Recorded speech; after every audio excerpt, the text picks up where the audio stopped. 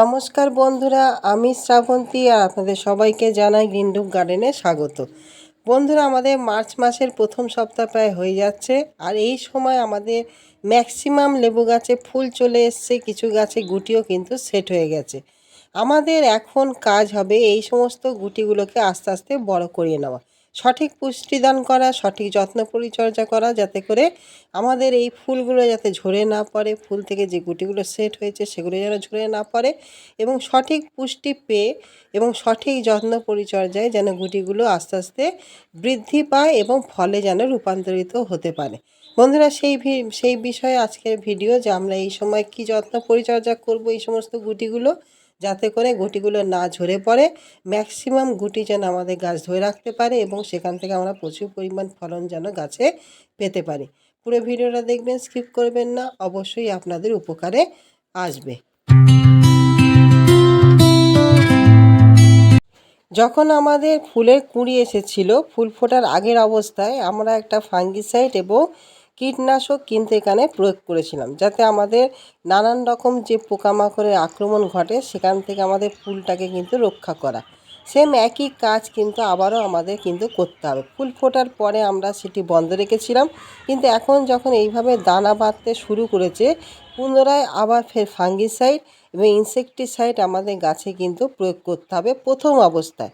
কেন, এখন চোষক পোকা, মিলিবাগ, থিপস, মাইটস, পিঁপড়ে এগুলো আমাদের ফুলের যে বোটাগুলো, অর্থাৎ ফলের যে বোটা, সেই রস খেয়ে নেবে, সেখান থেকে আলগা হয়ে আমাদের ফলগুলো কিন্তু পড়ে যাবে। সেই জন্য প্রথম কাজই হচ্ছে আমাদের ফলটাকে পোকামাকড়ের হাত থেকে রক্ষা করা। সেই জন্য এখানে আপনারা প্রথম যেটা ব্যবহার করবেন সেটা হচ্ছে অ্যান্ট্রাকল। এই অ্যান্ট্রাকল কিন্তু ফাঙ্গাসের জন্য ভালো কাজ দেয়। তার সঙ্গে যেটা ব্যবহার করবেন সেটা হচ্ছে সাইফারমেথ্রিন গ্রুপের প্রফেক্ট সুপার। এই দুটো জিনিস ব্যবহার করতে পারলে খুবই ভালো। যদি না থাকে, আপনারা যেটা আপনাদের হাতে আছে সেই ফাঙ্গিসাইড এবং ইনসেকটিসাইড গাছে প্রথম অবস্থায় কিন্তু প্রয়োগ করবেন। আর এটাকে প্রয়োগ করবেন আপনারা পরন্ত বিকালে। আর এটা আপনারা 10 দিন ছাড়া ছাড়া ব্যবহার করবেন, যতক্ষণ না ফলের গুঁড়িটা বড় হয়ে যাচ্ছে। দ্বিতীয় কাজ হচ্ছে আমাদের পুষ্টি দান করা। যেহেতু আমাদের ফলের যে গুটি, সেই ফলের গুটিগুলো কিন্তু আস্তে আস্তে বৃদ্ধি পাবে। এখন এদের নিউট্রিশনের চাহিদা কিন্তু প্রচুর মাত্রায় কিন্তু থাকবে।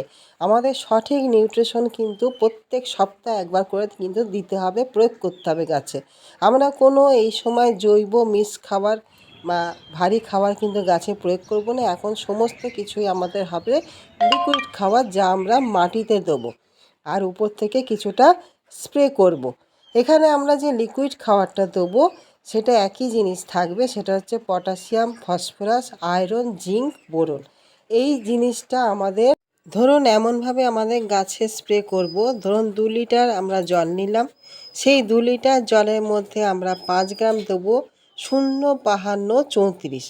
তার সঙ্গে আমাদের যে কোনো মাইক্রোনিউট্রিয়েন্ট, এখানে মোবিন পাউডার যদি ব্যবহার করেন তাহলে নেবেন 2 গ্রাম। তার সঙ্গে আপনারা নেবেন বোরন 20 হচ্ছে 1 গ্রাম।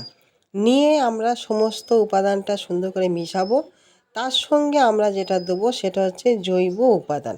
এখানে 10টা কলার খোসা, 10 থেকে 12টা পেঁয়াজের খোসা, তার সঙ্গে 1 মুঠো হচ্ছে সর্ষের খোল ভিজানো জল, আর তার সঙ্গে আপনারা যে জিয়ার যে দানা, গ্র্যানুয়াল জিয়ার দানা, সেটা আপনারা 4 থেকে 5 দিন ভিজিয়ে রাখবেন।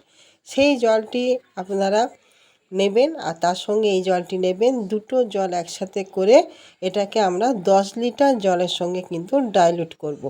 করে আমরা গাছের মাটিতে কিন্তু এই জিনিসটি আমরা দেব।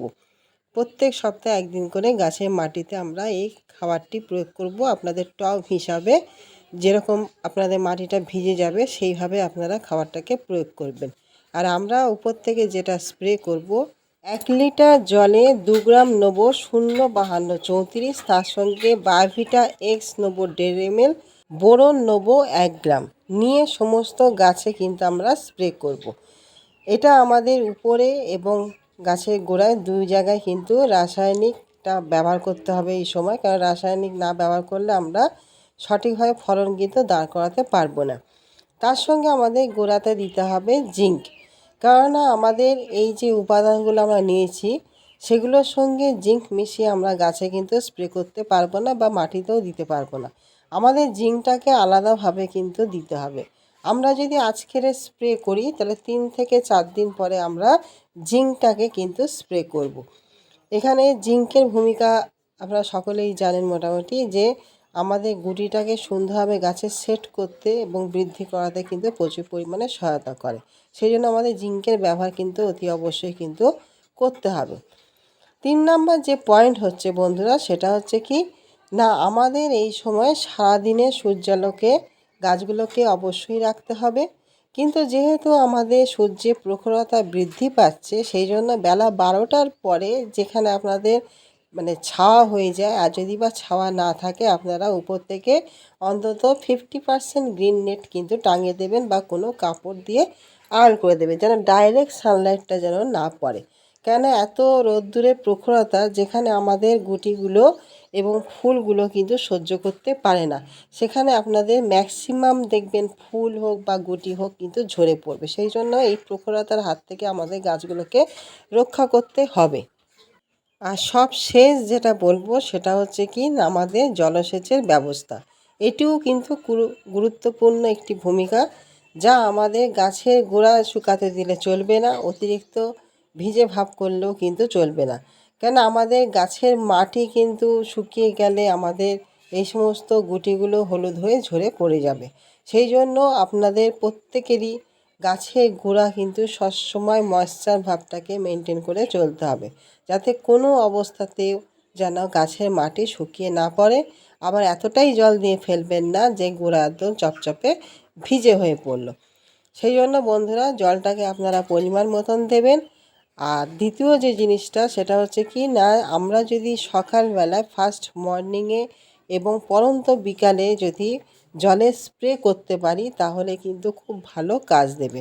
কেন এই সময় যদি আমরা ঠান্ডা জলে গাছে স্প্রে করি তাহলে আমাদের গাছের যে গুটিগুলো হয়েছে সেই গুটির বোঁটাগুলো কিন্তু শক্ত হবে, মজবুত হবে এবং গাছ ধরে রাখার কিন্তু একটা ক্ষমতা পাবে। বন্ধুরা এই যে কটা পয়েন্ট, এই কটা পয়েন্ট যদি আমরা সঠিকভাবে যদি পালন করতে পারি তাহলে আমরা ম্যাক্সিমাম গুটি কিন্তু গাছে ধরে রাখতে কিন্তু পারবো। আমাদের গুটি ঝরে যাবে না, গুটি হলুদ হয়ে পড়ে যাবে না, আমাদের ফলগুলো সুন্দরভাবে গাছে সেট হয়ে যাবে। আর সর্বশেষে আরেকটি কথা বন্ধুরা বলি, সেটা হচ্ছে আমাদের পিজিআর, প্ল্যান্ট গ্রোথ রেগুলেটর। এখানে বুস্টার 2, প্ল্যানোফিক্স, মিরাকুলাম যেটাই আপনাদের কাছে থাকুক, এই সময় কিন্তু অত্যন্ত প্রয়োজন এই প্ল্যান্ট গ্রোথ রেগুলেটরে। কেন আমাদের ফুল আনতে যেরকম সাহায্য করে, পাশাপাশি আমাদের ফলের এই সমস্ত গুটিগুলোকে গাছে ধরে রাখতে এবং বড় করতেও কিন্তু সাহায্য করে। সেই জন্য আপনারা যে কোনো একটা পিজিআর এই সময় গাছে ব্যবহার করবেন। 1 লিটার জলে যদি বুস্টার 2 ব্যবহার করেন তাহলে 1 লিটার জলে 1 ফোঁটা দেবেন, প্ল্যানোফিক্স হলে 4 থেকে 5 ফোঁটা, মিরাকুল হলো 25 ফোঁটা। এটি আপনারা স্প্রে করুন, অবশ্যই উপকারে আসবে। তাহলে বন্ধুরা ভিডিওটি কেমন লাগলো জানাবেন, ভালো লাগলে অবশ্যই লাইক কমেন্ট শেয়ার করবেন, নতুন বন্ধু হলে একটা সাবস্ক্রাইব করে আমার চ্যানেলের পাশে থাকবেন। আজকের মতন আসি, নমস্কার।